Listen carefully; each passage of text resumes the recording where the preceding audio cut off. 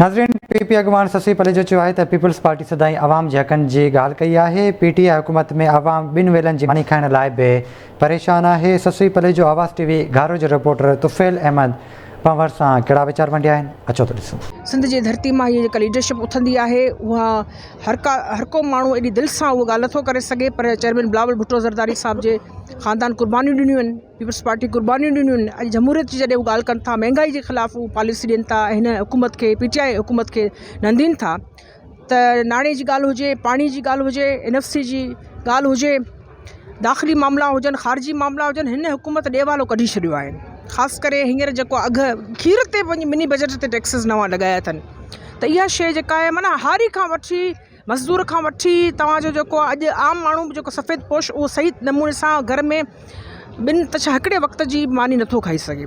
ॾुखियो सिलसिलो थियो आहे। इन लाइ माण्हुनि जी उमेदूं आहिनि असां में, नंढियूं वॾियूं तनक़ीदूं पीपल्स पार्टी थियनि थियूं ऐं उनखे जेको हमेशह बहितरी असीं कंदा रहियूं था, हालांकि वफ़ाक़ असां सां को साथ नथो ॾिए। हींअर बि तव्हां ॾिसो त गुज़िरियल हफ़्ते हिकिड़ो दफ़ो वरी कटौती कई वई, एनएफसी में त अॻु में कटौती आहे। तंहिं करे हीअ जेको मार्च आहे उनजो चार्टर ऑफ डिमांड असां पेश करे चुका आहियूं। अॼु उनजा नुक़्ता सभु साॻिया अची विया आहिनि। सभु लॉन्ग मार्च हिननि जे हुकूमत जे ताबूत में आख़िरी किल साबित थींदो।